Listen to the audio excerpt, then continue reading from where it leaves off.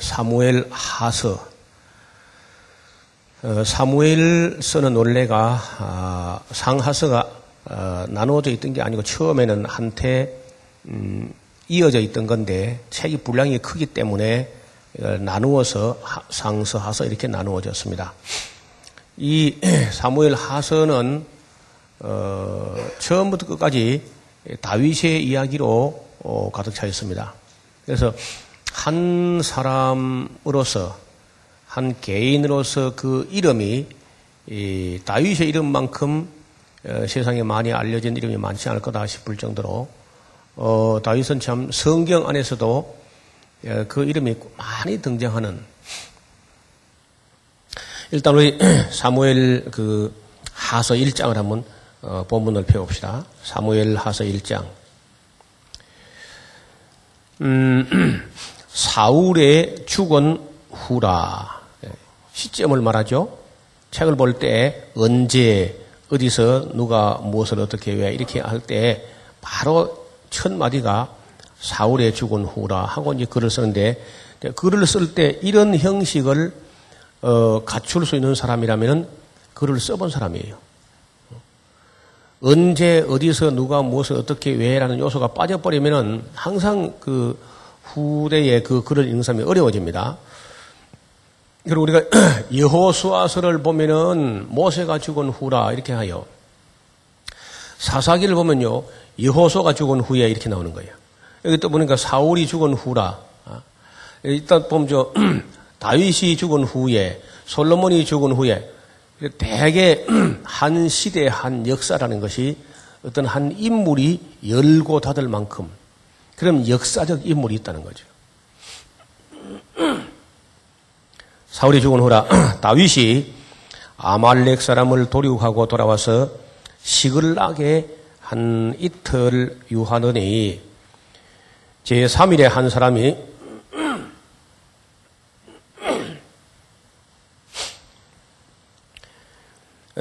사울의 진에서 나왔는데 그 옷은 찢어졌고 머리에는 흙이 있더라. 제가 다윗에게 나와서 땅에 엎드려 절하며 다윗이 묻되 너는 어디서 왔느냐? 대답하되 이스라엘 진에서 도망하여 왔나이다. 이게 무슨 얘기냐면은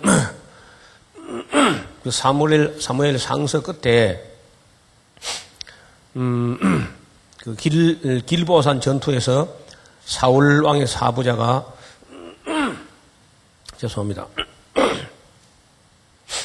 그 장렬하게 전사하는 그 전쟁터에서 달려온 거예요, 지금.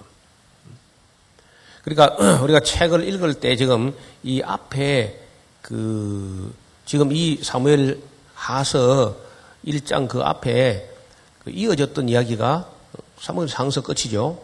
그 전쟁터에서 지금 달렸는데 옷은 찢어지고 막, 흙을 묻혀가지고, 제가 볼 때 일부러 묻힌 것 같아요.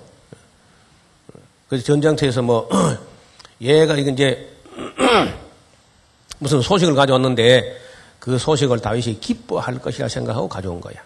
그러니까 그 철딱선이 없는 사람이죠. 다윗이 가로되 일이 어떻게 되느냐? 너는 내게 구하라. 제가 대답하되 군사가 전쟁 중에서 도망하기도 하였고 무리 중에 엎드려져 죽은 자도 많았고 사울과 그 아들 요나단도 죽었나이다. 사울 왕과 요나단이 죽었다는 소식을 다윗에게 가져오면은 다윗이 그걸 기뻐할 줄로 알고 이제 가져온 거죠.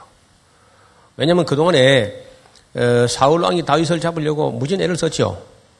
뜻없이 그저 추격전을 벌이고 하던 그 정적이었던 사울과 그 사울의 뒤를 이어서 후계자가 될 수도 있는 요나단이 한날 한 전투에서 죽었다는 소식을 다윗에게 전하면 다윗이 못내 기뻐하지 않겠나.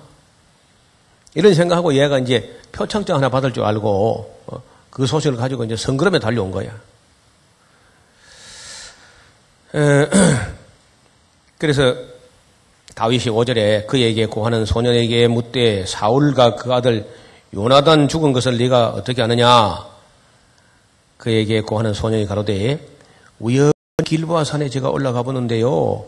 사울이 자기 창을 의지하였고 병거와 기병은 저를 촉급히 따르는데 그때 사울 왕이 돌이켜 저를 보고 부르시고 내가 여기 있나이다 하니까 내가 이르되 너는 누구냐 하시기로 내가 대답하되 나는 아말렉 사람이니다 하니까 또 내게 이르시되 내 목숨이 아직 내게 완전히 있으므로 내가 고통에 들어나니 너는 내 곁에서 나를 죽이라 하시기로 저가 엎드러진 후에는 살 수 없는 줄 내가 알고 그 곁에 서서 죽이고 그 머리에 있는 면류관과 팔에 있는 고리를 벗겨서 내 죽기로 가져왔나이다. 얘가 지금 자기가 죽이도 안 해놓고 사울 왕이가 자기가 죽이고 왔으니까 화랑 무공 훈장 같은 거 뭐 하나 주십시오. 꼭 보면 죽을 놈은 꼭 죽을 짐 하죠. 이에 다윗이 자기 옷을 잡아 찢으며 함께 있는 모든 사람도 그리하고 사울과 그 아들 요나단과 여호와의 백성과 이스라엘 족속이 칼의 죽음을 인하여 저녁 때까지 슬퍼하며 울며 금식하니라. 이런 소식을 갖다 주면 기뻐할 줄 알았는데 다윗이 옷을 잡아 찢고 대성통곡하면서 저녁까지 금식을 하고 애통해합니다. 그리고는 해가 질녘에 다윗이 그 고한 소년에게 묻되 다시 묻는데 너는 어디 사람이냐? 대답하되 아말렉 사람 곧 외국인의 아들입니다. 다윗이 저에게 이르되 네가 어찌하여 손을 들어 여호와의 기름 부음 받은 자를 죽이기를 두려워하지 아니하느냐 하고 소년 하나를 불러 이르되 가까이 가서 저를 죽이라 하매 제가 침에 곧 죽으니라. 괜히 먼 길 달려와가지고 그러니까 이런 사람이 감각이 없는 사람이에요. 다윗이 어떤 인물인지도 모르고 이런 놈은 또 여차하면 또 다윗의 목을 잘라가지고 딴 데 갖다 바칠 간신배죠. 이런 거 살려두면 백해무익이라요.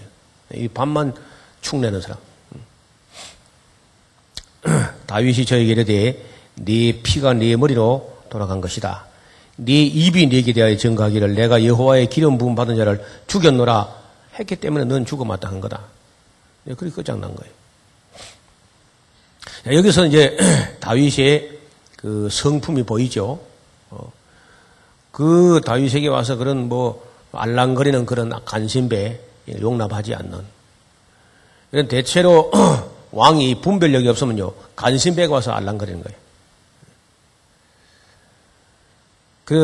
정말 그 왕이 사람을 분별하는 그런 탁월한 안목이 있다면 이제 이런 것들이 뭐 자리가 없죠.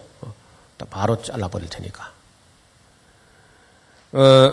다윗이 이때 그 사울 왕과 요나단 그리고 이제 말기수와 아비나답 왕 사울 왕의 사부자가 함께 전투에 죽은 것을 그 애도하면서 조가와 같은 그런 그 사울 왕의 죽음을 슬퍼하는 그 노래를 지었어요. 그 노래가 그 활노래라는 노래인데 역사가 어떤 유대 역사가 중에 야살이라는 사람이 쓴 야살의 책에 기록되어 있던 이 원고를 사무엘 하서의 기자가 인용해서 그 노래를 인용하는데 17절 다윗이 슬픈 노래로 사울과 그 아들 요나단을 조상하고 명하여 유다 족속에게 가르치라 하였으니 곧 활노래라 야살의 책에 기록되었다. 자, 한번 보세요. 이를테면 이렇게 할 수 있어요. 지금 다윗은 야당이죠, 야당. 예? 야당 지도자 아닙니까? 야당이 뭐냐면 들판에 쏘다니는 사람도 야당이야. 그 들을 야자거든, 들을 야자. 들에 쫓겨난 당이 야당인데 이 야당 그 지도자가 지금 왕과 여당 총수 왕과 그 아들 후계자 될서 요나단이 죽었다 하는 것을 듣고는 아이고 잘 죽었다 이렇게 하는 것이 아니라 그 사울 왕과 요나단의 죽음을 슬퍼하고 애도하는 노래를 지어가지고 유다 지파 자기를 추종하고 있는 야당 당원들 전부에게 그 다윗의 그 노래를 가르친 거예요. 이게 조가를 가르쳐서 사울 왕과 그 아들 요나단의 죽음을 함께 애도하자 하면서 가르치자는 거예요. 자, 이게 쉬워요, 어려워요? 에? 우리 한국의 야당 같은 어림도 없지. 뭐 어려운 게 아니고 불가능이죠. 상상도 못할 일이죠. 그런데 다윗이 정말 그런 인품이었어요.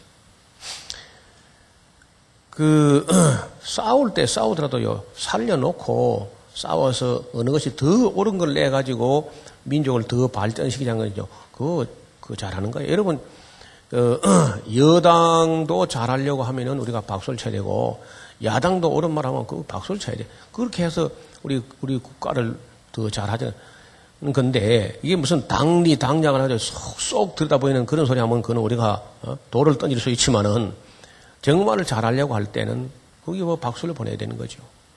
지금 이 다윗이 이 노래를 제가 읽어보니까 참 놀라운 노래예요. 그래서 그 당시에 역사가 야살이라는 사람이 쓴 이 역사책에 이 노래가 수록된 것은 너무 감동적이니까.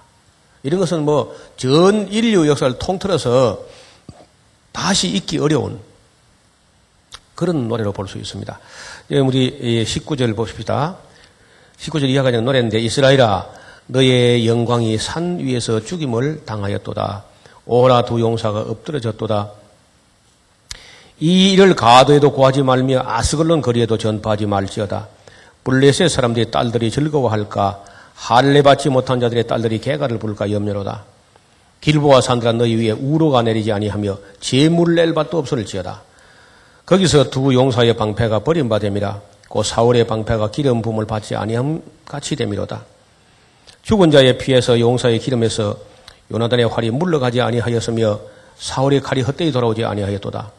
사울과 요나단이 생전에 사랑스럽고 아름다운 자러니 죽을 때도 서로 떠나지 아니하였도다. 저희는 독수리보다 빠르고 사자보다 강하였도다. 이스라엘 딸들아 사울을 습하여 울지어다. 저가 붉은 옷으로 너희에게 화려하게 입혔고 금 놀이개로 너희에게 옷에 채웠도다. 오호라 두 용사가 전쟁 중에 엎드러졌도다. 요나단이 너희 산 위에서 죽임을 당하였도다. 내 형 요나단이여 내가 그대를 애통하면 그대는 내게 심히 아름다움이라. 그대가 나를 사랑함이 기이하여 여인의 사랑보다 성하였도다. 오호라 두 용사가 엎드러졌으며 싸우는 병기가 망하였도다 하였더라. 여러분, 이 감동적인 아름다운 노래가 아마 그때 온 백성의 마음에 깊은 감동을 주었을 거다. 그렇게 생각이 되고, 유다 지파 사람들, 그 서러움 받는, 다윗이 출생한 그 지파, 유다 지파인데, 지금 베냐민 지파가 실권을 잡고 있을 때이기 때문에 유다 지파 전체가 정적 관계에 있는, 대치 관계에 있는 그런 국면에서 다윗이 유다 지파에게 이 노래를 가르친 건 참 놀라운 일이죠. 그리고 이제 사람들은 이런 생각을 해요. 이제 사울도 죽었겠다. 요나단 마저 죽고 아비나단 말기수아까지 다 죽었으니까 이제는 뭐 다윗이 마음 놓고 그저 왕 위에 나가지 않겠는가. 이런 시각으로 은근히 우려하는 눈초리로 바라보기에는 그런 시각이 있는 거죠. 그럴 때 이 다윗이 하는 행동을 보면요, 절대 경거망동하지 않고 자기 이 분수를 넘어서지 않는다는 거예요. 그야말로 오버하지 않는 그런 그 정치적 행보를 거기 엿볼 수 있는데 2장을 보세요. 2장에 보면은 그 후에 다윗이 여호와께 물어 가로되 내가 유다 한 성으로 올라가리까. 아직은 그 블레셋 땅에 시글락 이런 곳에 있었기 때문에 이제 유다 한 성으로 올라가도 되겠는지 묻습니다. 여호와께서 가라사대 올라가라. 다윗이 어디로 가리까? 가라사대 어디는 어디야? 헤브론 가야지. 헤브론은 유다 지파의 중심 도시죠. 헤브론이 유다도에 유다 지파가 할당받은 땅에 그 도청 소재지가 있는 것처럼 거기가 이제 중심 도시입니다. 유다 지파에. 그 헤브론으로 가라. 그럼 다시 말하면은 너는 아직도 네가 갈 수 있는 데는 유다 한 지파의 대표 그 이상은 아니다는 거예요. 유다 한 지파의 대표 정도, 유다 지파 정도는 아직 뭐 너를 지지할 수 있는 자리다. 거기까지만 가라는 거예요. 그래서 우리가 어디까지 나갈 수 있는가 우리 분수를 헤아려 봐야 돼요. 내가 정말 어디까지 갈 수 있는 인물인가? 내 분수를 헤아릴 수 있어야 되는데 다윗은 그 한 걸음 한 걸음 하나님께 물어서 간다는 거예요. 그때 만약에 막 치고 들어가서 이스라엘 전체를 내가 왕이다 하고 다윗이 나서도 누가 뭐 딱히 반발하고 뭐 맞서거나 할 만한 그런 세력은 있지는 않지만은 그래도 그렇게 하는 것은 별로 하나님 보시기에 탐탁지 않다는 거예요. 그래서 한 걸음씩 한 걸음씩 결코 분수를 넘어서 오버하지 않고 한 걸음 한 걸음 이렇게 가는 그런 모습을 볼 수 있어요. 그때 다윗이 그 두 아내 이스라엘 여인 아히노암과 갈멜 사람 나반의 아내 되었던 아비가일을 데리고 그들 올라갈 때 자기와 함께한 종자들과 그들의 권속들을 다 데리고 올라가서 헤브론 각성에 거하게 합니다. 그래서 이제 명실공히 유다 지파의 대표가 된 거죠. 이제는 공식적으로. 거기다가 4절 보세요. 유다 지파 사람들이 와서 거기서 다윗에게 기름을 부어서 유다 족속의 왕을 삼아 버렸어요. 좀 어때 좀 유다 지파 백성들은 조금 오버하는 것 같죠? 아니 지금 그 왕이 되려면은 이스라엘 12지파 전체의 왕이 돼야 되는데 성급하게 이 백성들이 그냥 억지로 달려와가지고 다윗의 머리에다 기름을 부어가지고 그냥 우리 왕이다 이렇게 했는데 이 다윗은 그럴 마음이 없지만은 유다 지파 사람들은 자기 지파가 앞으로는 이제 이스라엘 전체를 다스릴 거다 어떤 그런 정치적 야망도 있고 그러니까 야당 당수라는 다윗은 아직 그럴 마음인데 당원들은 열심히 지나쳐가지고 다윗에게 막 억지로 가서 기름을 부어가지고 왕을 삼아버렸다는 거예요. 그러니까 4절을 중간에 보면 동그라미가 있는 데서 보면요. 호기란 말은 어떤 사람이 다윗에게 보고를 하는데 고하여 가로되 사울을 장사한 사람은 길르앗 야베스 사람들이니이다 하매 다윗이 길르앗 야베스 사람들에게 사자를 보내어 가로되 너희가 너희 주 사울에게 이처럼 은혜를 베풀어 장사했으니 여호와께 복을 받을지어다. 이것도 참 우리가 또 생각을 해봐야 될 부분인데 이게 무슨 얘기냐? 앞을 보세요. 당시에 이제 이스라엘이 어떤 국론이라 할까 감정이 이래저래 좀 막 찢어지고 나눠지는 거 있는데 유다 지파가 다윗을 중심으로 이렇게 한 그룹을 형성하고 있는 거죠. 한 블록을. 그 다음에 베냐민 지파를 중심으로 또 이제 한 세력이 있고 반대로 그 반대편에 요단강 동편에 루벤 지파, 갓 지파, 므낫세 반 지파 요단강 동편 사람들은 어정쩡하게 이렇게 있었어요. 그래서 이 요단강 동편에 길르앗이 있는데 그 길르앗 야베스 사람들이 지난번에 봤죠? 사울 등극 초기에 자기들이 암몬 족속의 위협으로부터 사울이 건져줬다는 것 때문에 그 은혜를 못 의지하고 그 시신을 수습에다가 화장을 하고 7일 금식했다 하는 그 이야기인데요. 그 이야기를 다윗에게 전했단 말이죠. 그럼 다시 말하면 그 요단강 동편 사람들이 여전히 사울 왕가에 대한 애정을 가지고 있고 아무도 하지 않는 일을 요단강 동편 사람들이 사울의 장례식까지 해줬답니다. 하는 것을 보고받았다면은 보통 사람 같으면은 메이야 어디 두고 보자 이렇게 할 수 있겠죠. 사울 왕가에 여전히 애정을 갖고 있다는 걸 다윗이 알았으면은 아주 기분 나쁘게 어디 한번 두고 보자 이렇게 생각할 수 있었는데 앞으로 국물도 없다 그냥 요단강 동편에 대해서 이렇게 할 수 있을 텐데 그렇게 하지 않고 다윗이 뭐라 하느냐 5절에 다윗이 길르앗 야베스 사람들에게 사자를 보내어 가로되 너희가 너희 주 사울에게 이처럼 은혜를 베풀어 장사까지 지내줬다 하니까 여호와께 복을 받아 마땅하다. 너무너무 착한 일 한 거야. 잘했다. 그리고 너희가 이런 선한 일을 했기 때문에 이제 여호와께서 은혜와 진리로 너희에게 베푸시를 원하고 나도 이 선한 일을 너에게 갚을 것이라. 언젠가는 이제 너희는 손을 강하게 하고 담대히 할지어다. 너희 주 사울이 죽었는데 또 유다 족속이 그저 내게 기름을 부어서 반강제 억지로 그저 나를 왕을 삼은 거다. 오해 없기를 바란다. 무슨 말이 해야 됩니까? 다윗의 이 겸허하고 겸손한 그런 모습이 보이죠. 일반 사람들과 좀 다르지 않습니까? 생각하는 게. 그렇죠? 적어도 우리 그리스도 이렇게 좀 달라야 돼요. 꼭 세상 사람처럼 막 속에 보글보글 끓으면서 보복하고 하겠다 그러고 막 두고 보자 이러면 그 하나님 눈에 안 드는 거예요. 이제 예수님께서 네 원수를 사랑하는 것은 바로 이런 걸 두고 하는 말입니다. 원수를 사랑한다 해가지고 뭐 가서 우리가 뭐 외적들이 세워서 그 얼굴에서 뽀뽀라 그런 말이 아니고 우리가 보통 그 일반적으로 우리가 원수라고 하는 사람이라도 사실은 다 우리 형제요 자매요 다 우리가 사랑할 대상이지 원수를 갚을 만한 대상이 별로 없는 거야.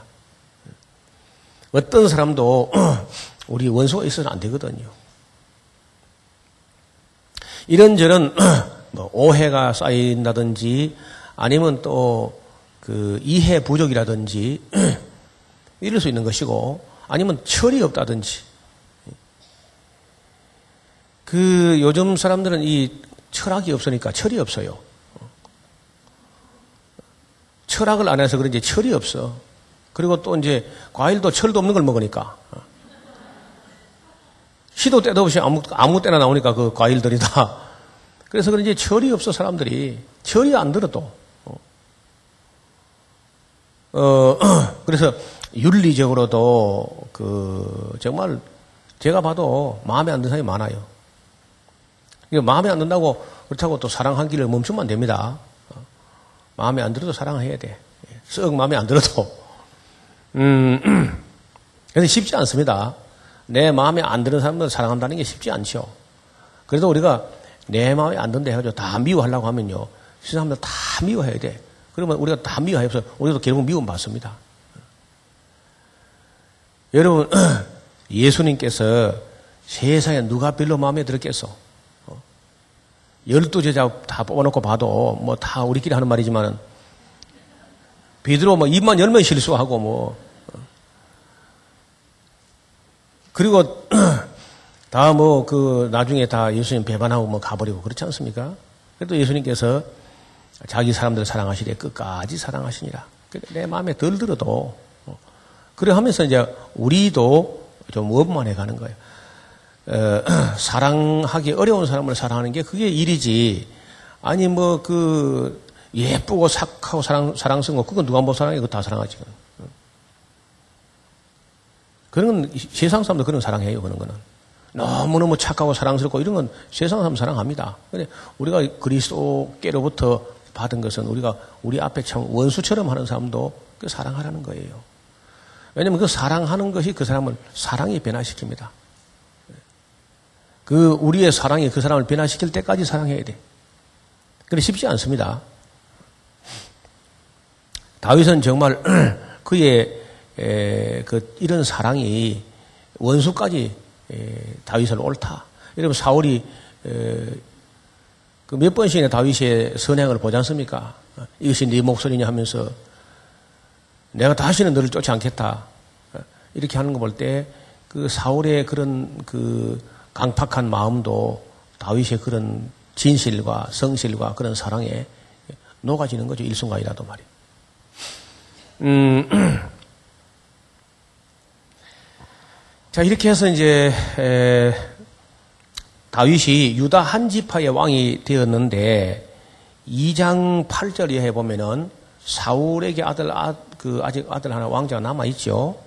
사울의 군장 넬의 아들 아브넬이 이미 사울의 아들 이스보셋을 데리고 마하나임으로 건너가서 길르앗과 아술과 이스라엘과 에브라임과 베냐민 온 이스라엘의 왕을 삼았더라. 그러니까 사울 왕의 그 아들들 중에 이스보셋 혹은 에스바알이라고도 합니다. 이 이름을 에스바알이라고도 하고 이스보셋이라고 하는데 이 사람은 왕을 세워서. 그러니까 이제 이스라엘 땅의 왕이 둘이죠. 유다 한 지파의 왕으로서 다윗, 그리고 다른 나머지 11지파의 왕으로서요, 이스보셋 이렇게 이제 한 하늘에 태양이 두 개가 떠 있는 거예요, 지금요. 그건 이제 결국은 이제 1점 불사 이제 한번 승부가 이제 가릴 수밖에 없는 거죠.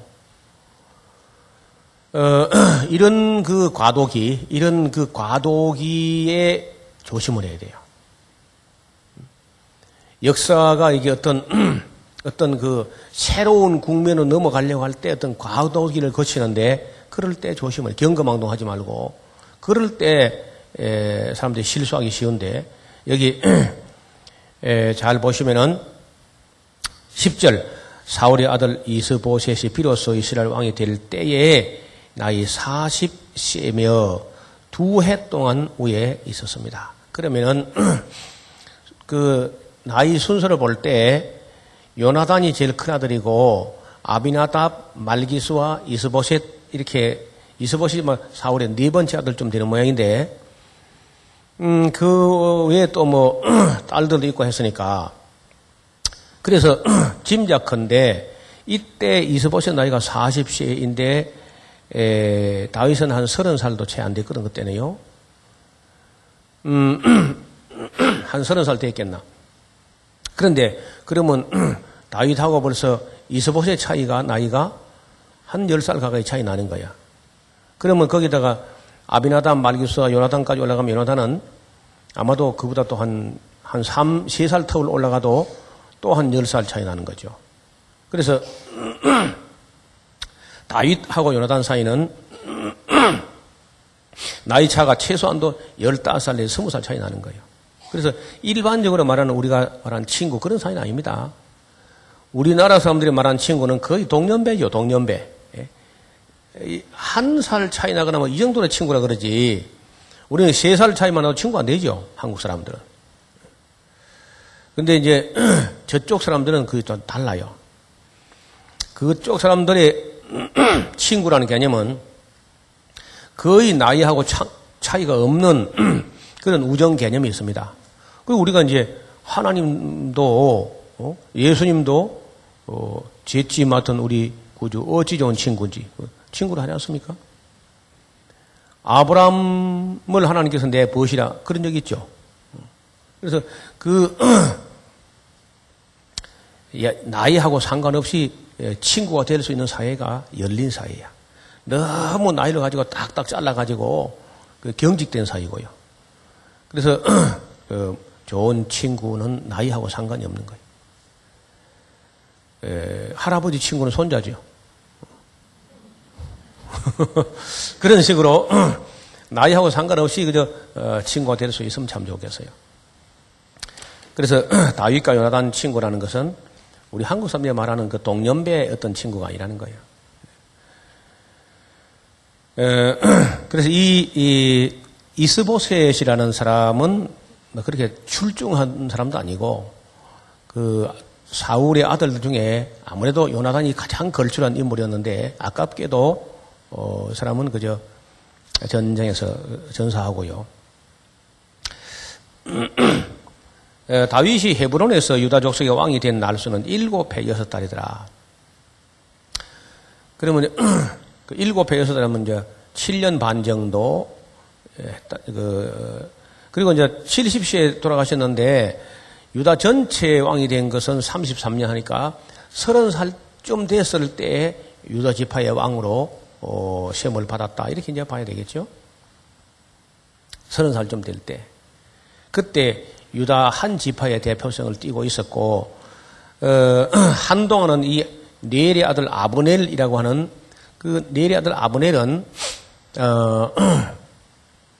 사울왕의 사촌입니다. 사울왕의 사촌이고, 따라서 사울의 아들 이스보셋에게는 오촌 당숙이 되겠죠?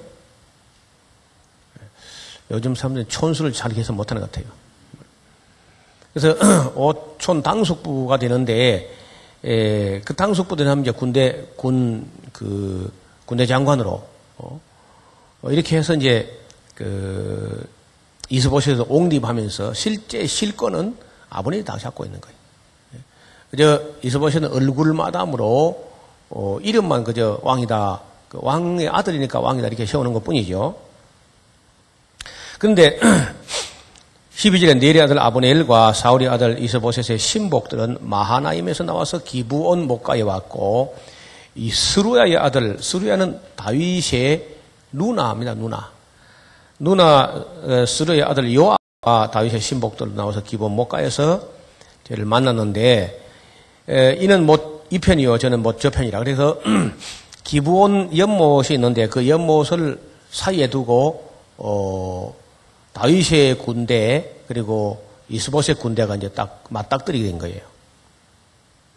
아브넬이 요압에게 이르되 청컨대 소년들로 일어나게 하자. 우리 앞에서 장난하게 하자. 요압이 그러되 그래 일어나게 하자 하매 저희가 일어나서 그 수효대로 나가는데 베냐민과 사울의 아들 이스보셋의 편에 12이요 다윗의 신복 중에 12이라. 그래서 처음에는 이 기본 못가에서 이제 한 분 결정적으로 맞닥뜨렸는데 아브넬이 먼저 말을 꺼낸 거예요. 아브넬은 산전수전 다 겪은 백전노장입니다. 그때 나이가 아마도 한 정확하게는 모릅니다만 한 60은 넘은 것 같고요. 그건 70에 가까운 그런 나이고, 요압은 아마도 나이가 뭐 한 다윗하고 나이가 비슷하거나 조금 더 있거나 뭐 그 정도인데, 다윗의 생질이거든요, 요압은. 그래서 일어나게 하자 하고 이제 한 게임 하자. 처음에 장난처럼 하면서 그 쫄병들까지 다 싸우게 할 거 없고, 장수 너희 중에 12 나와라. 우리 12 나가서 그 12명 싸워서 승부를 가리기로 하자. 이렇게 이제 시작해서 말은 그렇게 했는데, 웬걸 뭐 딱 싸우는데, 그냥 전면전이 붙었어요. 전면전이 붙었는데, 일순간에 막 그 머리를 잡고 칼로 막 찌르고 난리가 났습니다. 17절 그날의 싸움이 맹렬하여서 아브넬과 이스라엘 사람들이 다윗의 신복들 앞에서 막 패합니다. 그러니까 수적으로는 다윗의 군사가 약해요. 근데 정신적으로 게임이 안 돼. 다윗의 군대는 한 10년 이상 야당 생활하면서 한이 맺히고 독이 올라가지고 딱 맞닥뜨리니까 게임이 안 되는 거예요. 수적으로는 그 이스보셋 군대가 훨씬 더 큰데도 워낙 다윗의 이 군대가 들판에서 훈련을 많이 받아가지고 일순간에 그저 사울 왕의 군대, 그 이스보셋 군대는 360명이 거꾸로 졌는데 다윗 쪽에서 거리 나는 사람 세보니까 19만밖에 안 죽었어요. 전쟁을 해서 죽은 사람 숫자를 세었더니 순식간에 한쪽은 360명 무너지고 한쪽은 19명 죽은 거예요. 그래서 그 분위기를 보면요, 다윗은 그야말로 떠오르는 샛별 같은 존재가 된 것이고, 그 사울 가문은 점점 기울어져 가는 그 이우는 달처럼 힘이 다 빠져버렸어 벌써. 그래서 다윗이 늘 하는 말이 있죠. 전쟁이라는 것은 군사의 많고 적음에 달린 게 아니다. 그 정신력이죠. 그 다윗의 군대는 그 다윗의 정신이 있잖아요. 다윗. 골리앗을 때려잡는 다윗의 정신. 그런 장소 밑에서 훈련 받았기 때문에 게임이 안 되는 거예요. 그래서 아브넬이 이거 괜히 한번 해봤는데 이게 게임이 안 되는구나. 아브넬은 산전수전 다 겪어서요. 그런 걸 또 압니다, 이게. 한번 해본 거죠. 일단 한번 해보고, 안 되면 말더라도 일단 한번 해보자 하고 이제 싸움을 걸었는데, 금방 자기들이 밀린다는 사실을 알았어요. 그래서 그 아브넬이 연세가 많은 장군이 허겁지겁 이제 도망을 갑니다. 도망을 가니까 그 뒤에 누가 또 하나 집요하게 따라가요. 돌아보니까 그 이스라엘 전국에서 발이 제일 빠른 사람이야. 따라오는 사람이. 이름이 아사엘이라는 사람인데, 아사란 말은 히브리어로 무엇을 만들다 하는 뜻이고, 엘 하는 건 하나님이야. 그러니까 하나님이 만든 발이다. 너무너무 빠르니까, 우리 축구 선수 중에 골키퍼가 볼을 너무너무 잘 잡으면 그 손을 신의 손이다. 그런 말 하죠. 신의 손, 그 뭐 거미 손, 그 말 하잖아요. 그죠? 그런 것처럼 아사엘의 발이 너무너무 빠르니까 이거는 신의 작품이다. 하나님이 만들었다. 아사엘. 그 정도로 발이 빠르다. 이게 아사엘의 발이 빠르다는 것은 전국으로 소문이 다 났어요.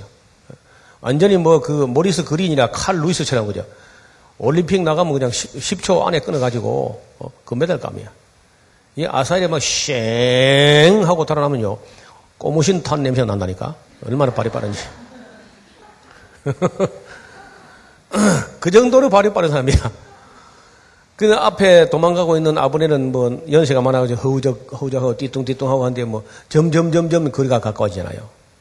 그럼 뭐 아브넬 도망가면서 돌아보고도 보라니까 점점 가까워오는 거예요. 지금 어느 정도 거리에 들어오면 뒤에서 뭐 던지잖아요.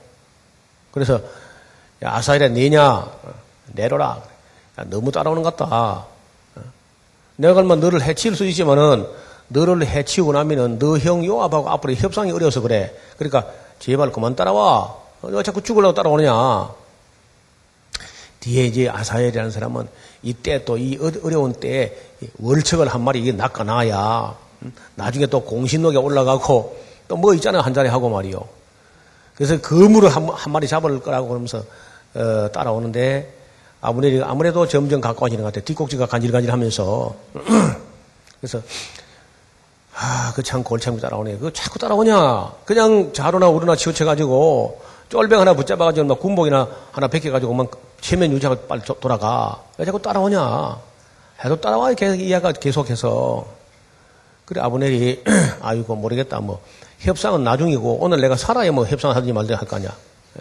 그래서 그 아브넬 장군이 갖고 가던 창을 이렇게 갖고 갔다가 창을 뒤집어 가지고 겨드랑 뒤로 이렇게 쑥 빼내는데 얘가 뒤에서 브레이크가 안 잡혀가지고 끝난 거예요. 이렇게 밀하니까. 이런 거는 뭐 발만 빨랐지. 이건 뭐 하루 강아지야. 아브넬이 산전수전 다 겪던 사람인데 이런 거 발만 빠른 거 믿고 그냥 따라왔는데 여러분 늙었다고 야보면 큰일 납니다. 늙어도 이게 산전수전 다 겪어가지고 그럼 뭐 하루 강아지가 지 발 빠른 거 안 믿고 쫓아오다가 그냥 그 참 아깝게 죽잖아요. 그리고 말이요. 손자병법이라 읽어봐야 돼. 성경 안 보려면은. 손자병법에 보면은요, 도망가는 적은 쫓지 말아라. 그런 말이 있어요. 그런 건 필기리 해. 성경이 안 나오니까. 도망가는 적은 쫓아가면 안 됩니다. 또 무슨, 우리 속담에는 개도 나갈 구멍을 보고 쫓아가는 말도 있고, 하여튼 도망가는 걸 쫓아가면 안 돼요. 왜냐면 도망가는 가는데 거짓 도망가는 사람도 있습니다. 거짓 도망가고 어느 곳에 가면 복병이 있다는 복병이 항상 있어요. 그래서 도망간다 해가지고 그걸 약한 걸로 보면 안 된다는 거예요. 큰 교훈이죠. 그래서 아사엘이 죽고 났는데 문제는 이게 지금 요압 다윗의 휘하에 군대 총사령관 요압의 친동생이라면 이게 요압, 아비세, 아사엘 이게 3형제가 전부 다윗의 생질들인데 다윗 군대의 실세들이거든 이게. 그 중에 하나가 이제 죽었으니까 앞으로 협상을 할 때 이 아사엘 문제 때문에 아브넬이 참 어려운 격이 생겼어요. 그 점을 염려했지만은 어떻게 뭐 살고 보려고 하니까 이제 아사엘을 죽이게 됐는데 이런 문제가 이제 그 작은 문제 같아도 그래서 어려운 문제예요. 그래서 여러분 인생을 살아가다가 도망가는 저거를 쫓지 않도록 조심을 해야 돼요. 그래서 결국 소문이 나기를 아사헬이 아브넬 따라가다가 죽었다. 소문이 나니까 그 형 요압이 가만히 있겠어요. 자기 동생이 죽었는데 그냥 이제 아직 군대를 조직해가지고 다시 이제 아브넬을 쫓아 추격전을 벌이는데 계속 아브넬은 쫓겨가고 요압은 군대를 몰고 이제 따라가는 거예요. 그러니까 사람이 가다가 밥도 먹어야 되고 볼일도 봐야 되고 잠도 자야 되는데 계속 따라오면 이제 어떡합니까 이걸? 그 앞에 쫓겨가던 아브넬이 딱 멈춰서 가지고 요압을 보고 언제까지 이 형제를 쫓아서 이런 식으로 할 거냐.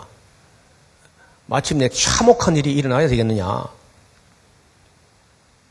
하니까 요압이 움찔합니다. 아무리 요압이 젊고 아브넬이 나이가 많지만은요, 둘이 딱 이게 맞짱을 뜨거나 하면요, 요압이 나이가 젊다고 아브넬을 뭐 함부로 할 수 있는 그런 사람이 아니라고. 그래서 요압이 그 아브넬 쫓기를 그쳤는데, 그렇지만 그 마음속에 자기 동생 아사엘 죽인 것을 요압의 마음에 딱 품고 있는 거죠. 언젠가는 이제 갚으려고 마음을 품고 있는 겁니다. 근데 그때는 그 요압이 생각이 잘못한 거예요. 요압이라는 사람이 자기 동생이 아마 죽었다. 그는 전쟁에서 공적으로 죽은 거죠. 공적인 일을 갖다 두고 사적인 감별을 가지고 보복하나 그러면 안 된다는 거예요, 또. 여러분, 전쟁이라고 한다 해서 마구 막 죽이고 할 수 있는 게 아닙니다. 그것도 어떤 룰이 있는 거예요, 최소한에.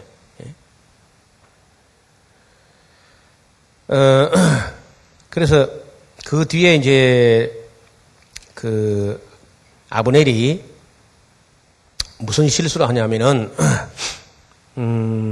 사울 왕이 노년에 늙어서 취한 첩이 있었어요. 그 리스바라는 아주 그 굉장히 아름다운 그 아리따운 그 여성을 사울이 첩으로 취했는데 뭐 거의 뭐 그 나이가 너무 어릴 정도 그런 첩인데 사울이 죽고 나니까 이 첩이 그저 젊은 첩이니 홀로 된 거죠. 그러니까 이 아브넬이라고는 그 이스보셋 군대 사령관이 그걸 건드린 거야. 리스바를 사울의 첩인데. 그러니까 이제 이스보셋 왕에게는 그 자기 어머니 뻘 아닙니까? 그래서 이 사람이 이제 아브넬을 보고 자기가 왕이라고 네가 어찌하여 내 아버지 첩을 통관하였느냐 하고 이제 책임을 물었더니 아브넬이 이스보셋 말을 매우 분하게 여겨가지고 짜시게 하면서 말이야. 군사령관이 왕을 보고 너 목을 똑 따다가 다윗에게 갖다 주지 않은 것만도 네가 고마워해야지 무슨 소리 하는 마. 물론 오천 당석이는 하지만요. 왕을 보고 아브넬이 나오니까 그때서 이스보셋이 이게 내가 왕이 아니구나 이거. 이스보셋이 자기가 허수아비 왕인 줄 모르고 진짜 자기 왕인 줄 알았는가 봐. 그래가지고 아브넬 보고 한 소리 했다가 아브넬 아주 거칠게 나오거든요. 오늘날 당신의 아버지 집과 그 형제와 그 친구에게 은혜를 베풀어서 당신을 당신의 다윗의 손에 내어주지 않은 것만 가지고도 감사해야지. 이 여자 하나를 가지고 시비를 거냐고 말이야. 아브넬이 그냥 그렇게 나오니까 이스보셋 꼼짝을 못합니다. 그때 아브넬이 뭘 하느냐. 여호와께서 다윗에게 맹세하신 대로 내가 이루게 아니하면은 하나님이 아브넬에게 벌 위에 벌 내림이 마땅하다 하면서 맹세는 곧 이 나라를 사울의 집에서 다윗에게 옮겨서 그 위를 단에서 브엘세바까지 이스라엘과 유다와 세우리라 한 것이니라 하니까 이스보셋이 아브넬을 두려워해서 감히 한 말도 대답을 못합니다.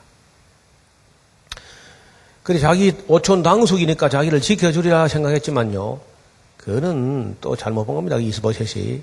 그리고 아브넬이 이스보셋이라 얼굴마다 왕을 하나 세우는 것은 어차피 다윗에게 들어가긴 들어가야 되는데 모양새 있게 들어간다는 거야. 폼을 제대로 갖춰가지고 협상 테이블에 할 말 하고 보장받을 거 보장받으면서 들어가겠다. 그런 준비, 그러니까 그런 거 봐도 벌써 아브넬은 머리가 돌아가는 사람이고, 규모가 있는 사람이죠. 하루 이틀, 그 정치를 뭐 하루 이틀 하는 것도 아니고 말이야. 그래서 어차피 합할 때 그 정치 보복 같은 거 이제 보장 안 하기로 보장받는 그런 거라든지 이런 그 모양새를 갖춘 건데 그것도 모르고 이스보셋은 지가 진짜 왕인 줄 알고 이제 한 소리 했다가 혼쭐 난 거죠. 마침내 3장 12절에 아브넬이 자기를 대신하여 사자들을 다윗에게 보내어 가로되 이 땅이 네 것입니까? 또 가로되 당신은 나로 더불어 언약하사이다. 내 손이 당신을 도와서 온 이스라엘로 당신의 손에 돌아가게 하겠나이다. 그러니까 아브넬이 전체 통일된 이스라엘 전체를 다윗 왕 당신이 다스리게 내가 다 넘겨주겠다. 단, 공식 문건에 안 썼지만은 보낸 사람을 통해서 정치 보복 그런 건 없는 걸로 하자. 이건 기본이죠. 그때 13절 다윗이 가로되 좋다. 좋지 않을 게 있습니까?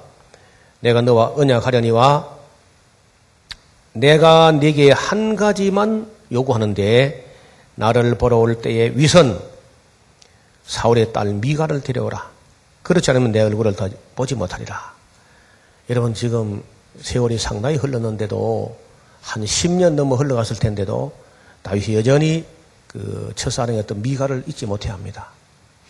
그걸 요구하는데 사울의 아들 이스보셋과 아브넬이 그걸 받아보고 골치 아픈 거죠.